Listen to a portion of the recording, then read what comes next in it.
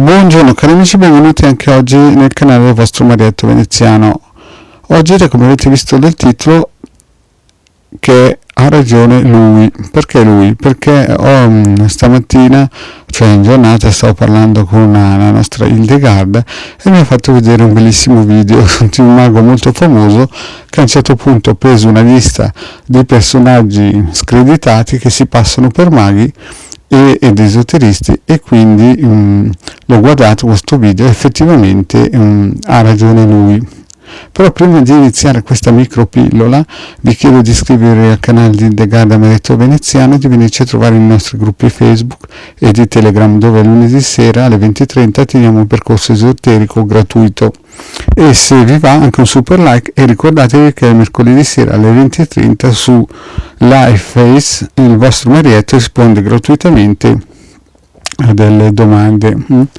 Bene, partiamo un po' da questo video che ho visto e devo dire che mi è dispiaciuto da un lato, ma da un lato è interessante, perché da un lato lo scredito di questa categoria che effettivamente c'è di tutto e di più, e da un altro invece il coraggio di questo grande esoterista che ha avuto il coraggio di fare i nomi di questi personaggi che si spacciano per grandi esoteristi, ma che nella realtà insomma fanno un po' i birichini.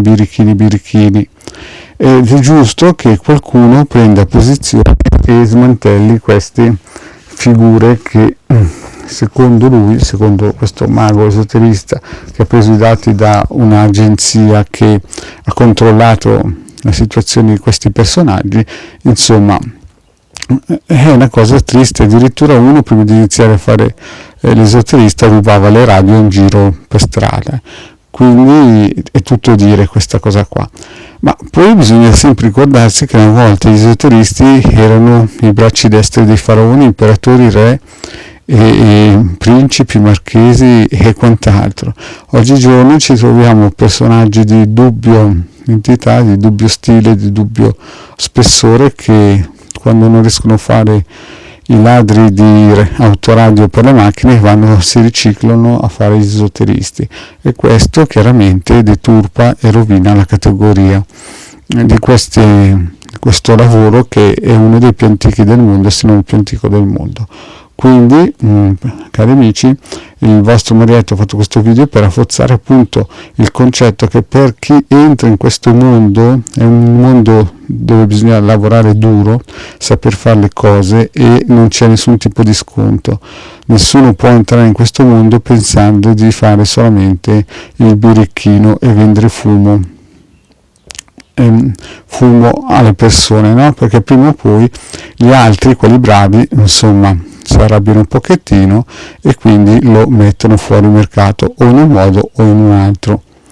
Dico questo perché per quelli che cercano di entrare o di scimmiottare i grandi esoteristi che abbiamo in Italia, e ve lo ripeto, abbiamo 4-5 pezzi da 90 che ci invidia tutto il mondo, da Fusco ai Rendell, che sono tra i più famosi nel mondo, quotati, sono veramente geniali nelle loro divulgazioni, al Pierini, che è una delle più grandi biblioteche a livello mondiale, ben 14.000 volumi, ricercatissimi in tutto il mondo. Insomma, questi personaggi ce li invidia tutto il mondo, anche Hildegard è bravissima, maestro Alex è anche super bravo. Insomma, noi abbiamo delle punte di diamanti in Italia, però purtroppo ci sono anche molte ombre. Vi dico questo per ricordarvi che se per fare un'operazione magica ci bisogna alzare alle 2 di notte e stare 2 ore e mezza per consacrare e battezzare e far quant'altro e cerimoniare anche, e voi dovete capire che ci sono dei prezzi importanti. Se voi vi trovate questi che vi dicono noi facciamo questo lavoro per tot e non tengono in considerazione veramente sia il materiale che il lavoro che la conoscenza, è chiaro che queste persone prima o poi faranno un flop e fanno però purtroppo decadere tutta la categoria. Quindi, cari amici, faccio questo piccolo video per ricordarvi che appunto la qualità si paga, non c'è niente di gratis, e come vi ha detto il vostro Marietto, almeno 9 lunazioni, 9 mesi. Se qualcuno, chiaramente, a parte certe operazioni magiche tipo la Dagida che magari si possono ripetere 6-7 volte a mese, e magari si comprime, se non è 9 mesi si fanno praticamente in 2 mesi magari 4, 5, 6 notti, no? Ma quindi sempre 9 volte come minimo.